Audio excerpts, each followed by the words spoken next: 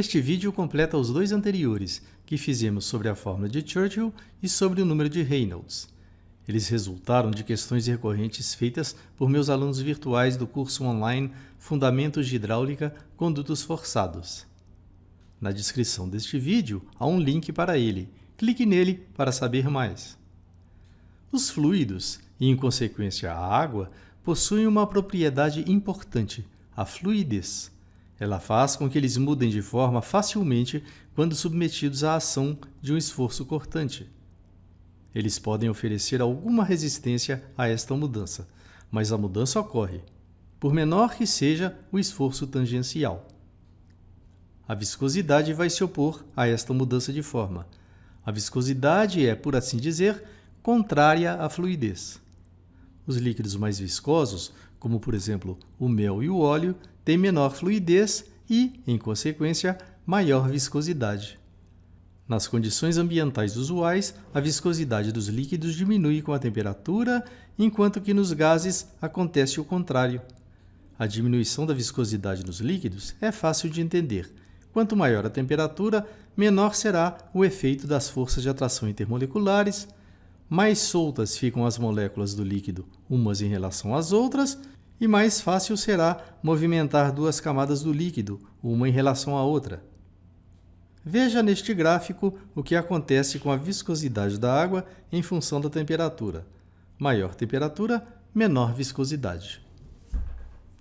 No caso dos gases, ocorre o contrário. Maior a temperatura, maior a viscosidade. Veja neste gráfico o que acontece com o ar atmosférico. Por quê? Aqui é um pouco mais difícil de entender. Entretanto, a viscosidade dos gases tem a ver com as trocas de moléculas entre as duas camadas do gás que desejamos movimentar.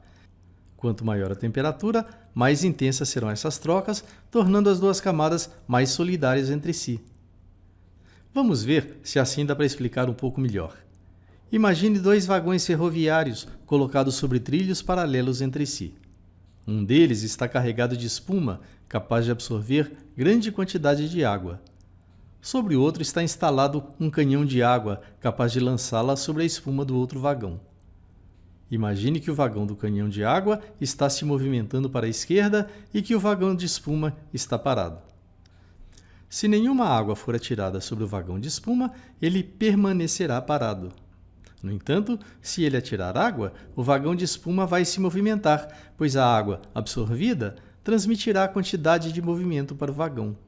Quanto maior for a vazão atirada, maior será a velocidade adquirida pelo vagão de espuma. Assim acontece nos gases.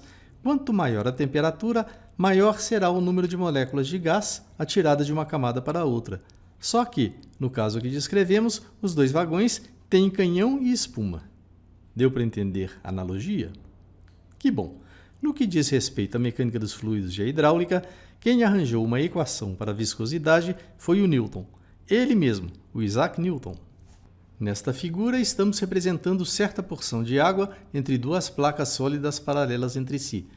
Há uma representação em perspectiva e outra em corte.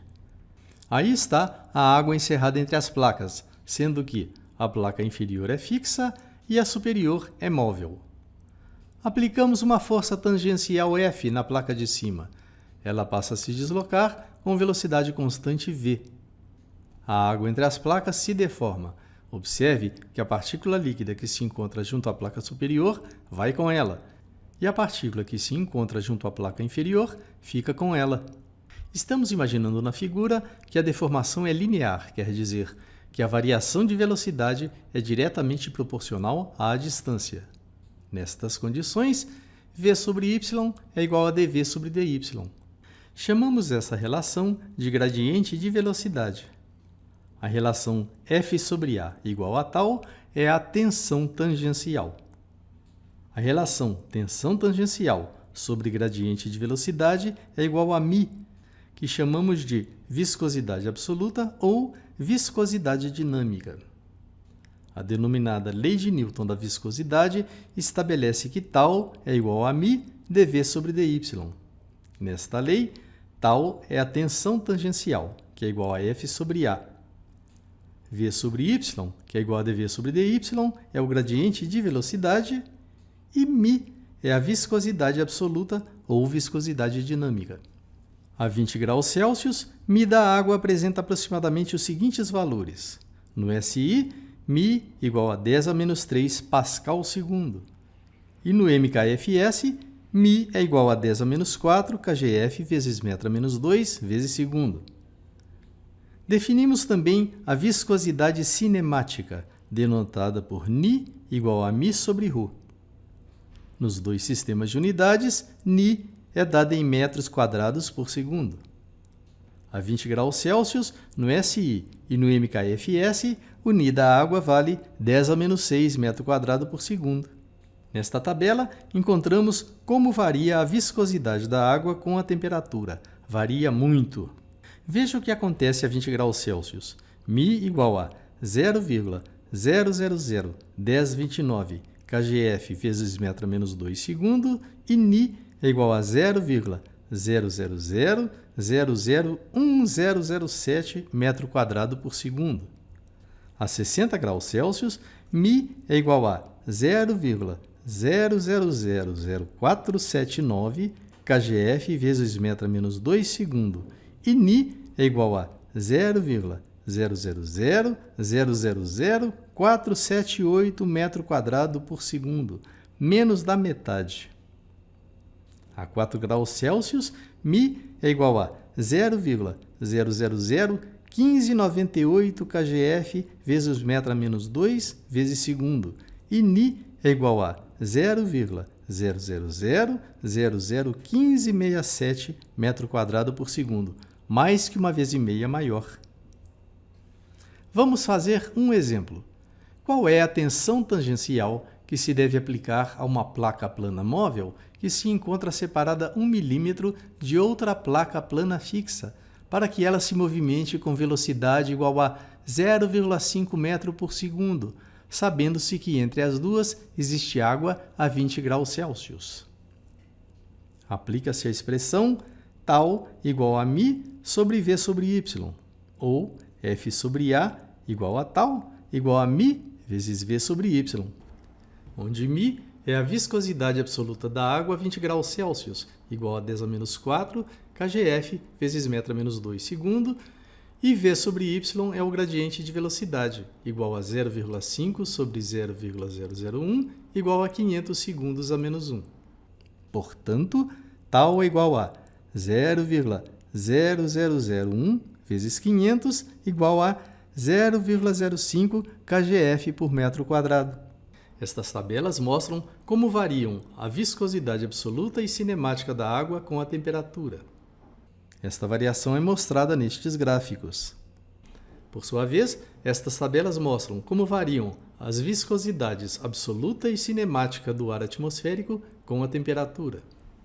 Esta mesma variação é mostrada nestes gráficos. Vale a pena chamar a atenção para um fato interessante.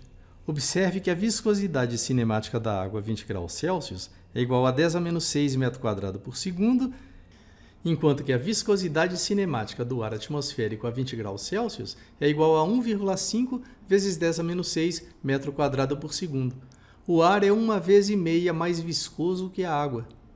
É por isto que a fumaça do cigarro em ambiente sem corrente de ar sobe como um filete até uma altura razoável.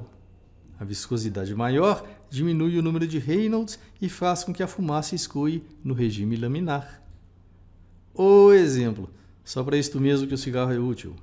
Mas a gente pode injetar fumaça através de bocais em túneis de vento e com isto visualizar o escoamento do ar ao redor de perfis de diversas formas geométricas, graças a esta propriedade do ar atmosférico.